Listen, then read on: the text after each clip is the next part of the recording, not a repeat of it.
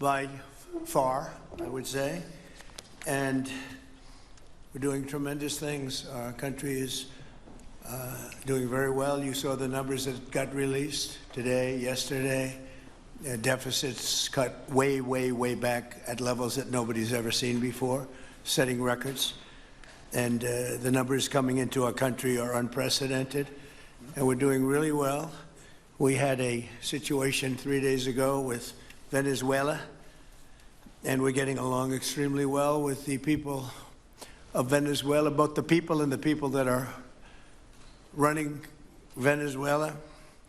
I just want to thank our military. What they've done is incredible. That was considered unprecedented, to go into a military fort with thousands of soldiers and others, and to come in with 152 planes going every which way, and very rapid speeds, and helicopters, and to come out with no deaths and the loss of no equipment. It was pretty amazing. Nobody's seen anything like it. I was called by the leaders of numerous countries. I won't go into which ones, but the biggest and the strongest, and they said that was very impressive. They're all impressed. But today I'm delighted to welcome almost 24 of the biggest and most respected oil and gas executives in the world to the White House. It's an honor to be with them. We have many others that were not able to get in. I said if we had a ballroom, we'd have over 1,000 people. Everybody wanted. I never knew your industry was that big. I never knew you had that many people in your industry. But here we are. And if you, in fact, if you look, come to think of it, well, I got to look at this myself.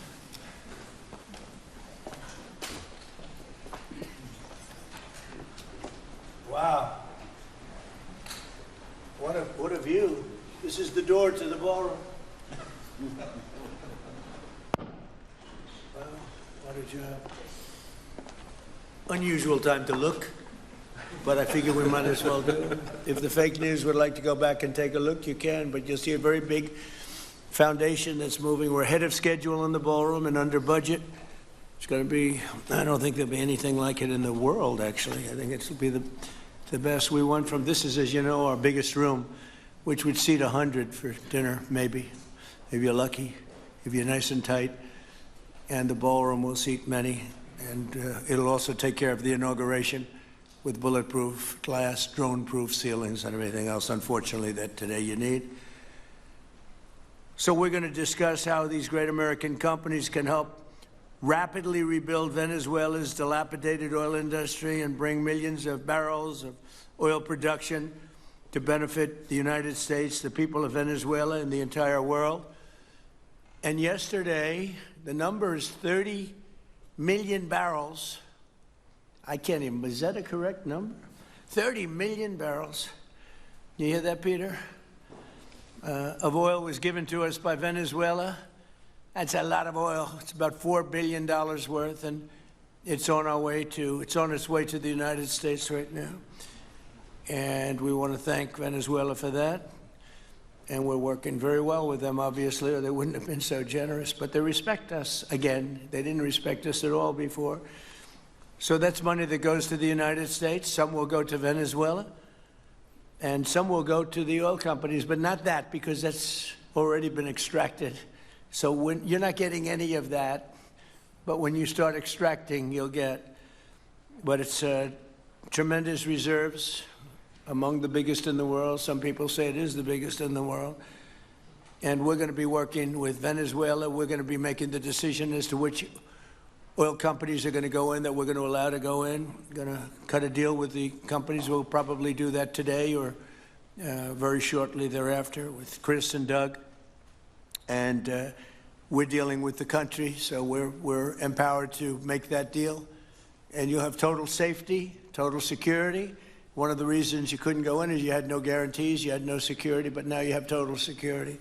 It's a whole different Venezuela, and Venezuela is going to be very successful. And the people of the United States are going to be big beneficiaries, because we're going to be extracting, numbers of, in terms of oil, like, few people have ever seen, actually. So You're dealing with us directly. You're not dealing with Venezuela at all. We don't want you to deal with Venezuela. Let me thank Vice President J.D. Vance, who's doing a fantastic job. Secretary of State Marco Rubio, likewise a fantastic job. I have good people. I like them better than my first group. But we had a great, despite that, we had a great first term. We had some great people there too, by the way. But we had a great first term. We had the greatest economy in the history of our country in the first term, but this is blowing it away. And you haven't seen anything yet. Everyone's been shocked by the numbers, 5.4% GDP. And that's despite the fact that we were badly hurt by the Democrat shutdown, of which they'd like to see if they could shut it down again. Secretary of the Interior, Doug Burgum, who's fantastic. Secretary of Energy, Chris Wright, recommended by Doug as being the greatest oil man anywhere in the world, because I wanted Doug for that job, energy, and Doug said, no, sir, there's a man named Chris Wright. I said, who the hell is Chris Wright? He said he's the most talented oil man anywhere in the world. I doubt you can get him, because typically oil men make a lot of money, and women. They make a lot of money, but Chris came. You took one of the greatest salary cuts probably in history, Chris, right? But he's a fantastic person, loves our country, and many other important members of this team. And I want to thank them for their efforts. As you know, last week, the United States Armed Forces performed one of the most spectacular military operations in American history, apprehending the outlaw dictator Nicolas Maduro for his crimes against the United States, crimes for which he has now been indicted and is in federal court awaiting trial. And he killed many people, millions of people, actually, and allowed jails, prisons, mental institutions, insane asylums, drug dealers, drug addicts to pour into our country totally unchecked because of Sleepy Joe Biden's policy of open borders, the stupidest thing I've ever seen. We're getting them all out. The departure of Maduro makes it possible an incredible future for both nations, Venezuela and the United States, in which we will more closely integrate the economies of two major energy powers in the Western Hemisphere. Energy coming out of Venezuela was very small. One of the things the United States gets out of this will be even lower energy prices. We have people now getting gasoline for $1.99, $1.96, $1.95, $1.92 yesterday, somebody. And it used to be $3.50, $4, $5 a gallon. Think of that, $1.99. Decades ago, the United States built Venezuela's oil industry at tremendous expense with American skill, technology, know-how, and dollars. But those assets were stolen from us, and we had presidents who did nothing about it. This president is much different than your other presidents. They did nothing about it. They stole it. Some of the people in this room were a little bit younger when that happened, but not that much younger. It wasn't that long ago. But they stole our assets like we were babies, and the United States did absolutely nothing about it. So now we're doing everything about it. Now we're doing 500% about it, but it's a long time after the act took place. So they stole from us, and it was taken by socialists and communists at the time, and Venezuela was going bad, really bad. And as much oil as they have, they're producing almost nothing, which is just a system. So we're really, if you look at it, we're taking back what was taken from us. They took our oil industry. We built that entire oil industry. Started a long time ago, but they took it, and they were very ungracious to this country, but now they're being very nice. American companies will have the opportunity to rebuild Venezuela's rotting energy infrastructure and eventually increase oil production to levels never, ever seen before. When you add Venezuela and the United States together, we have 55% of the oil in the world. The United States is number one. We have them drilling. Drill, baby, drill was my campaign. And Doug and Chris, I think we're setting records on drilling right now and taking oil without Venezuela. That's how we're getting the oil prices down. The plan is for them to spend, meaning our giant oil companies will be spending at least $100 billion of their money, not the government's money. They don't need government money. But they need government protection and need government security that when they spend all this money, it's going to be there so they get their money back and make a very nice return. The plan is for them to spend at least $100 billion to rebuild the capacity and the infrastructure necessary. Venezuela has also agreed that the United States will immediately begin refining and selling up to 50 million barrels of Venezuelan crude oil, which will continue indefinitely. We're all set to do it. We have the refining capacity. It was actually based very much on the Venezuelan oil, which is a heavy oil, very good oil, great oil. It's fantastic for certain things like asphalt roads, best there is in the world for asphalt roads and other things. All of the companies here today are going to be treasured partners in bringing the nation of Venezuela back to life, restoring its economy, and generating great wealth for their companies and for their people, and also great wealth for the American people, and tremendous wealth for the companies that are going in. The companies that are going in, and if you don't want to go in, just let me know, because I got 25 people that aren't here today that are willing to take your place. So I just want to thank, these are people that I either know or I know of by reading lots of business magazines and journals and papers. These are the greatest oil people anywhere in the world. Harold Hamm, I see, is here. Harold, you know, there's a story about Harold Hamm that he can look at a piece of land, put a straw into the land, and oil pours out. Is that true about you?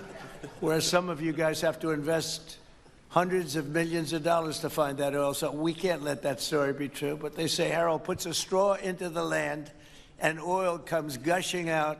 So you're not a big R&D person, are you, huh?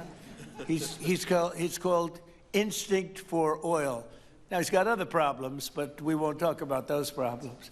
But he's been a great supporter of mine for a long time, haven't you, Harold? So congratulations. But we have, and I think Harold would agree, we have the greatest oil men and women anywhere in the world sitting in this room right now. And we have a lot of people that will be back to see us sometime next week. We're going to have another meeting for another group. But we're going to do this very quickly. We can have this done almost immediately. So I'd like to thank you all for being here. I'd like to invite Vice President Vance to say a few words, followed by Secretaries Rubio, Burgum, and Wright. And then we'll have a few words from representatives that are here and to discuss their ideas, a couple of them. We have Chevron, which has been, where's Chevron? Where are you? Yeah, far right. No, I thought you'd have a better location. You were the only one that was there for all that. I used to call you and say, what the hell is going on with Venezuela? He stuck it out. I don't know if you made money or not, but you stuck it out. I got to give you a lot of credit for that. Mark Nelson, thank you very much. Exxon CEO Darren Woods. Darren, thank you very much. How's Exxon doing? Okay? They'll do a lot better now, won't they, huh? Exxon's been amazing. It's been an amazing company. And ConocoPhillips CEO Ryan Lance, thank you very much. So you guys could say something, and then we'll take some questions from the press. And if anybody else would like to speak, we'll have you speak. We have all the time in the world. This is a big subject. This is massive wealth, and more importantly than massive wealth, it leads to lower taxes and a lot of jobs for Americans and for Venezuelans, but for Americans in this case. And I just, again, appreciate you all being here. And I'd like to ask J.D. to say a few words, please. Thank you. Thank you, Mr. President. And thanks to everybody for being here. You know, as a Marine Corps veteran for my entire lifetime, presidents, and let's be honest, they were Democrats and Republicans, would send the American military to far-off places. They would get us involved in these endless quagmires. They would lose hundreds or thousands of American lives. And the American people would get nothing out of these misadventures. And now you have an American president who's empowered the American military to stop the flow of drugs into our country and to ensure that we, as opposed to our adversaries, control one of the great energy reserves that exist anywhere in the entire world. And he did it without losing a single American life in the process. It was an amazing operation. It's going to make our country richer. It's going to make our country more powerful. It's going to make our country safer. And it's going to lead to the decline, the further decline of drug overdose deaths in the United States of America. An amazing thing, and I'm happy to be here to talk about how we can make it an even bigger and better operation for the American people. Thank you, sir. Thank you very much. Marco? Thank you, Mr. President. And I think this is a reminder that everything this president does, everything President Trump does is with the American people in mind. It was not in the national interest or national security of the United States and of our people to have in our own hemisphere a country, not just with vast energy reserves, but controlled by an indicted narco-trafficker who flooded our country with illegal immigration, including drug gang members, openly cooperated with drug gangs, and by the way, stole the wealth of that country to fund a repressive regime and also benefit adversaries such as Iran. All of that is now changing.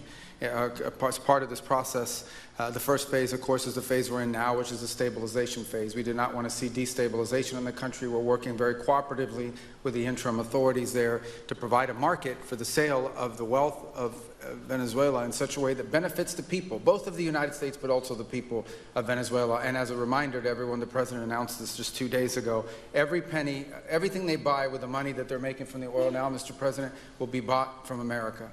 And that includes everything from equipment for the oil industry to food to medicine and everything in between. The second will be a phase of recovery, and then some of these phases will interlap, and that is to have a normal economy again where the money goes to the benefit of people, not the benefit of our adversaries or the benefit of elements in that country and around the world that are against our interests, at the same time as a process of reconciliation has to happen internally among the different sectors of society and politics and the like. And finally, the third phase, which is the most important of the three, is when the country fully transitions into a normal country that we have strong economic and diplomatic and relations with, that is friendly towards the United States, that's not a foothold for our adversaries, that serves our interests, but also the interests of the people. It'll be a country that is wealthy, a country that is prosperous for the people, not for a handful of criminals, but also a country that is supportive of our interests in the region and throughout the world. And we thank you, Mr. President, and the team you've assembled that have brought us to this point. A lot of work remains, important work, but this is historic. Okay. Thank you very much. Doug? Well, Mr. President, I want to thank you for your leadership, not just as President, but as Commander-in-Chief. The boldness, the execution, the breathtakingly precise work that you've delivered both in Iran back in June and here has changed the field for the whole world. And you always ran about the idea of peace and prosperity. And in Venezuela, as you know, this was a playground for every bad actor in the world. We had Russians, Iran, terror groups, all of them profiting from this criminal organization that was pretending to run the country. That makes America safer. You've secured the border, we're stopping the flow of drugs, and now with the normalization of relationships on an economic basis, it's going to mean tremendously for the prosperity of the American people. So I just want to say again, congratulations to you and to the entire leadership team. It's been an amazing, historic week on the scale of things that we haven't seen perhaps for 125 years in terms of the U.S. Exerting its influence over Latin America in a way that's going to make a change for generations. And on behalf of all the oil executives that are here today, Chris and I want to say thank you to all of you. It's your technology, your innovation that has put America in the place where today we are the most energy dominant country in the world. And that position is what's allowed us to take the action that we're taking with statecraft, with military action. None of that would happen if we were dependent on everybody else for energy. So you're a big part of the reason that we're able to move the way we are today, and we're grateful that you're here to be part of the solution going forward. Thank you, Doug, and you are doing a fantastic job, and we appreciate it. Everybody appreciates it. They know who's doing well. Chris Wright? Thank you, Mr. President. Yeah, what we've seen in the last week is leadership matters and credibility matters. Venezuelan oil has been sanctioned for many years, and the oil just flew, those sanctions were not enforced. That oil just floated out to trafficked by bad actors of the world. The resources weren't gone to a central place. The corruption and decline of Venezuela has been a crisis for the people of Venezuela, and as Secretary Rubio said, massive spillover effects in the United States. in crime, in drugs, in kidnappings, and in taking a huge resource base and making it not exploited, not developed. The whole world is a poorer, less opportunity-rich place because of that. When you have materials underground, they've been underground for 1 million years. That does not make them a resource. That does not make them valuable for your country, your people, or the world. They only become a resource with technology, with capital, with rule of law, and a system of governance that encourages the harvesting of those resources to make the better world. And we see here the dramatic contrast between the United States, which may have less oil underground than Venezuela. We have 20 times the production of Venezuela, 20 times the impact of human betterment, massively better quality of living here in the United States. That was at risk under the last administration. We've seen a lot of attacks on the energy that makes the world go round. President Trump's election has removed those risks, has embraced reality about how the world is energized, and we are at record production of oil in the United States, record production in natural gas in the United States. We've seen a meaningful decline in gasoline prices, diesel prices, travel prices because of jet fuel.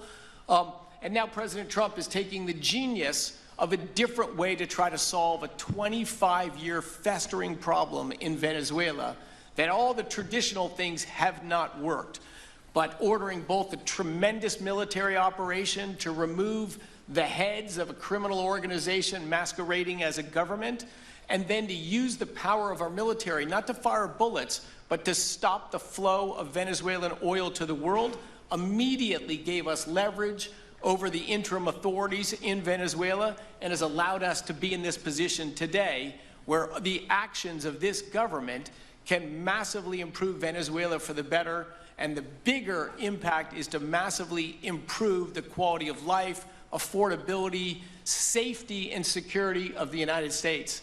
Very proud to be here. And we'll turn it over to Mark Nelson, who's the vice chairman of Chevron. Chevron has been in Venezuela for over 100 years, continuously. Mike Wirth, the CEO, had a knee replacement recently. He's not here. Mark is a tremendous leader in our industry, and I'll turn it over to him. Thank you, Secretary Wright. Again, I'll send Mike Wirth's regrets. He really wanted to be here, Mr. President. Right. Great guy. On his behalf, I have 3 very quick thank yous and an assurance I'd like to provide you all. The first thank you, Mr. President, is to you. It's thank you for convening this gathering. It's thank you for your leadership, and thank you for continuing to keep American energy domination in the forefront. So thank you for that. Thank you very much. The second thank you actually is to the cabinet. So Secretary Rubio, Secretary Burgum, Secretary Wright, your ability and commitment to continue to engage with the parties around the table to keep the world working is greatly appreciated. So thank you for that. And the final thank you actually would go to our Venezuelan employees of Chevron.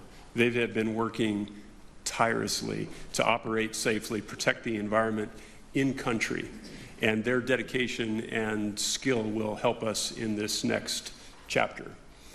And finally, I'll close with the assurance. For more than a century, Chevron has been a part of Venezuela's past. We are certainly committed to its present, and we very much look forward as a proud American company to help it build a better future. And so, Mr. President, thank you for your leadership. And you really suffered there. You stuck it out. A lot of people left. A lot of big companies left. Many of the people sitting at this table left because of the safety risk and other risks. But you stuck it out. I give you credit for that. Sometimes it was hard. I remember 6 months ago I told you to stay, just stay. Things are going to happen. You'll be very happy. I didn't know they were going to happen this fast or this conclusively. One thing I think everyone has to know is that if we didn't do this, China or Russia would have done it. And if China or Russia were a next-door neighbor, because essentially this is not around the other parts of the world so far away where you fly in an airplane for 24 hours before you get there. This is sort of a next-door neighbor, if you think about it. And I told China and I told Russia, we get along with you very well. We like you very much. We don't want you there. Not going to be there. And if we didn't do this, China would have been there and Russia would have been there. Maybe they both would have been there together, but they're not going to be there now. One thing I will tell them, and I will tell you, that we are open for business. China can buy all the oil they want from us there or in the United States. Russia can get all the oil they need from us, and they do like oil, even though they produce a lot of it. But China and Russia and everybody else is able to go, and we'll be open for business almost immediately. I have a feeling the $100 million will be spent $100 billion will be spent very, very rapidly by these very big, powerful, and rich companies, and I think they're going to be able to rebuild the infrastructure. And I hope it's going to be brand new as opposed to a rehab, because I know the tremendous difference between the new and the not so new in your industry. The new is much more beautiful, much better in every way, and actually much smaller. It's like everything else, gets smaller and stronger. It's a combination of smaller, better, and stronger. So I hope you're going to build all brand new stuff, rip out the old crap that's been there for so many years, and do it the right way. You're going to be there a long time if we make a deal. If we make a deal, you're going to be there a long time. If we don't make a deal, you won't be there at all. It's, you know, sort of interesting. But again, China and Russia would have been there if we didn't do this. And the other thing people ask about the second wave, I don't think it's going to be necessary. We have an armada, a giant armada like nobody's ever seen in that part of the world, and it's stationed off the coast, and we are getting along so well with the people that are involved and representing Venezuela that I don't think we're going to have any, I don't think it's going to be necessary to do the second wave. We were planning on a second wave, but the first wave was so powerful and so good and so strong, and frankly, the people in the country, they did the right thing. They were smart. They did the right thing. They didn't want to go through a second wave, but we've got a tremendous number of the most powerful ships in the world right there. I don't think we're going to have to use that. I'm happy to say that. I don't think we're going to have to use that at all. If I could ask Chevron, you did a great job. I want to thank you. And ExxonMobil, if you would say a few words, and then followed by Conoco, great companies, massive companies, great companies. Exxon, please. Sure. Thank you, Mr. President. I appreciate the invitation and the opportunity, frankly, for the entire industry to show up and provide a perspective. Frankly, we've been kind of unresponsive to the press regarding Venezuela. I guess today's the opportunity to address the press directly with respect to a number of questions that have been asked of ExxonMobil. First and foremost, obviously, is the interest that we have in Venezuela. And I think, you know, the way I would position that, I think one of the reasons why we see many of the industry players here is we're in a depletion business for a product that is in great demand and will be in demand for many, many, many decades to come. And as a depletion business, the biggest challenge we have is finding resources. There's an opportunity in Venezuela with all the resources there is we don't have that challenge of finding, we have the challenge of developing those resources. So I think it's in the best interest of these companies and, frankly, society as a whole for the industry to be interested in understanding what the opportunity here represents. I'll just share a philosophy that ExxonMobil has when we enter countries, because we do business all around the world in a number of different regimes. We take a very long-term perspective. The investments that we make span decades and decades, so we do not go into any opportunity with a short-term mindset. And there's a value proposition that we have to meet. It has to be a win-win-win proposition. Obviously, it has to be a win for the company and our shareholders and to generate a return for the investments that we make. It has to be a win for the government. The resources are an important source of revenue that helps support the people of the places that we do business. And it has to be a win for the people. We have to be wanted there and to be a good neighbor. And those three things ensure a stable, long-term platform for the large investments that we make for the long term. With respect to Venezuela in particular, we have a very long history in Venezuela. In fact, we first got into Venezuela back in the 1940s.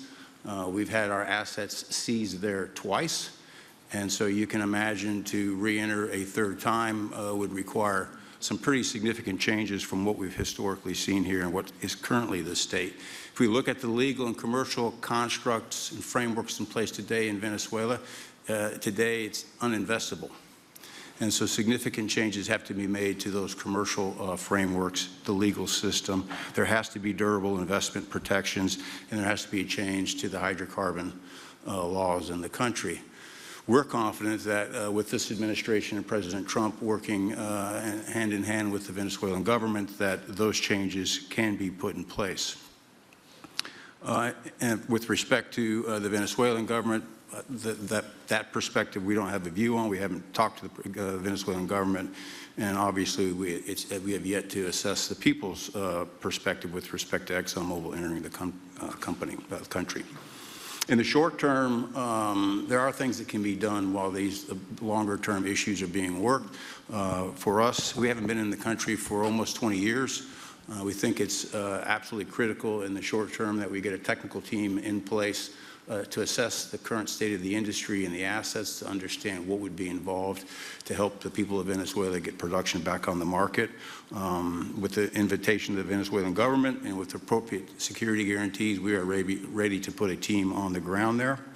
We also have a integrated set of capabilities from production to refining to trading, and I think we can be of assistance to getting the Venezuelan crude to market and realizing a market price to help, again, with the financial situation in Venezuela. So those are my short-term perspective that I have. I'd say maybe close with a thank you, Mr. President, for the work that you've done to secure not only the national security, but the energy security of the region. And then thank you, Secretary Rubio, Secretary Wright, Secretary Burgum, for your leadership in this matter. Thank you. How long would it take you, Darren, as Exxon to, if we make a deal, how long would it take you to get in there and get started? Well, the first step, this technical team, as I talked with Secretary Wright earlier this week, we started from the beginning to put the team together so that if and when it was needed, we could hit the ground almost immediately. So we can hit the ground within the next couple of weeks. Start the assessment, and then from there we need to understand. That's what we want. We want speed and quality. That's what we want. Thank you, Darren. And Conoco, Ryan. Thank you, Mr. President. Appreciate the opportunity to be here too, and you've assembled a great team. And our congratulations as well for removing one of the terrible people in the world and bringing them to justice. It was quite amazing. I think you've given hope to the people of Venezuela again, which I think is quite remarkable. And we've been on the other end of that despot regime a long time. Our assets were expropriated. I had a little bit more hair when that happened. And, you know, I think we're the largest non-sovereign credit holder in Venezuela today. So we're in a bit of a different situation, but I think your big and bold idea to use energy commerce instead of conflict is something that could make a real big difference in Venezuela. And our company certainly stands ready to help in that endeavor. Encourage you to continue to think bigger and even bolder. And we've had some discussions with your energy team about that as well. As we think about the other people that need to be in this room and in this discussion are the banks, and including probably the Exxon Bank, as we think about how the debt needs to be restructured in the financing to deliver the billions of dollars that are required to restore their energy infrastructure. And I think as we think that big and bold, we need to be also thinking about even restructuring the entire Venezuelan energy system, including PDVSA. And I think if we can do that and think bold, there's an opportunity to be quick, fast, and restore the quality of what's happened in Venezuela, or what's been lost in Venezuela over the course of the last 25 years. So thank you for this opportunity. Well, thank you very much, and you'll get a lot of your money back. We're going to start with an even plate, though. We're not going to look at what people lost in the past, because that was their fault. That was a different president. You're going to make a lot of money, but we're not going to go back. You left a lot of money behind, I guess, huh? What number? 12 billion. How much? 12 billion. Well, it's a good write-off. It's already been written off. It's been written. All right, thank you. You'll make it back one way or the other. You're all going to do very well. I think really very well. Marco just gave me a note. Go back to Chevron. They want to discuss something. Go ahead. I'm going back to Chevron, Marco. Thank you, Marco. Go Was ahead. was there a question, Mr. President? Yes, go ahead, Marco. What are you saying here? Mark, if Oh, big you increase, can yeah. update us on operations in the ground and with the appropriate approvals, what you might be able to achieve in the next 12 to 18 months, give us a little view from the ground. You bet, you bet. So today, Chevron has 3,000 employees in 4 different joint ventures in Venezuela today. And over the past 5 to 7 years, they've taken production from about 40,000 barrels a day to 240,000 barrels a day, essentially getting those facilities and that equipment up to standards that would be something that people in the room would be more accustomed to. Given the work we've done with Secretary Wright and Secretary Burgum and even Secretary Bessent, I think we have a path forward here very shortly to be able to increase our liftings from those joint ventures 100%, essentially effective immediately. We are also able to increase our production within our own disciplined investment schemes by about 50% just in the next 18 to 24 months, and that's just leveraging what's on the ground. So to Secretary Rubio's comments about phase 1, this is taking the momentum of improvements we've already made there locally and building on those and creating more momentum for the people of Venezuela. Do you think you have an advantage being there? It's, you've been there by the skin of your teeth. It's been tough for you to be there. But do you think you have an advantage over the other people in this room by the fact that you are there? Yeah, I think there are, Mr. President, I think there would be days where it didn't feel like an advantage, and there are days where it does feel like an advantage. But having people on the ground today that care desperately about the people of Venezuela and know how to operate the assets that are there, that is a definite advantage today. Would you say the best locations are available, or would you say the best locations are already sort of worked, even though they're in very bad shape? The best locations for finding oil, the best locations for oil. There are more opportunities than not, Mr. President. With 300 billion barrels of reserves and resources in country, there are lots of opportunities for many companies. Will you be building new, or will you be using the old infrastructure that you have? Yeah, today it's a little bit of a mix, but today it's mostly us taking the equipment of today, getting it to the standards that we are accustomed to your comments about making it how it should be today. Most of the investments that we've been making are about getting it up to our standards. Well, I think you're going to make an investment, but you're going to get your money back very quickly, and that's part of our thing. We're going to have you get your money back fast, and then you'll give a lot to Venezuela and to the United States after that. Okay, so you'll be in good shape. Could I ask Carol Tam to say a few words? He's been a friend of mine for a long time. Very amazing man, actually, amazing energy person. Well, thank you, Mr. President. It's good to be here with so many dignified people. And this effort particularly, and thank you for your effort for what you've done here, taking this despot out of that area. And the world dealt with him way too long. Certainly our industry knows that this is a real jewel that can be developed for the people of Venezuela and also benefit the world. And like Secretary Wright said, it has not been done. That's not been done in the past, and they had a good chance at it. Brought someone in that totally took it down, as everybody knows here, and that was Chavez, and we know what happened to him finally. But that ruined the industry in Venezuela, and all of us know how that happened, ended very well, very wrongly. So anyway, we're glad to see what's happened here and look forward for the opportunity for a lot of people in this room, but also for America and the country itself. Are you going to be involved in going in? Because, he's in North Dakota and he's in Oklahoma and some incredible places. It's a little bit different, but there's no doubt about you won't have to worry about the straw too much here. You can just go at it. Are you going to be one of the participants? Well, certainly, I'm an oil finder, like you said. Barry Switzer, told that story. The coach. And he's kind of exaggerated a little bit. It doesn't come out quite that easily usually. But anyway, great story. I love it. And I love Barry. Barry's the one that told me this. Yeah, he's a champion, in a lot of ways. So love that story. Certainly, it excites me as an explorationist, you know, everybody has that in their blood, and you know, it is a very exciting country and a lot of reserves. And so it's got its challenges, and the industry knows how to handle that. And like Darren said, you know, you go in with your eyes open and do the best you can with the team you got. So Well, you're going to thank have you. something that they never had really here is tremendous security. You're going to be very secure, very safe, physically safe in addition to financially safe.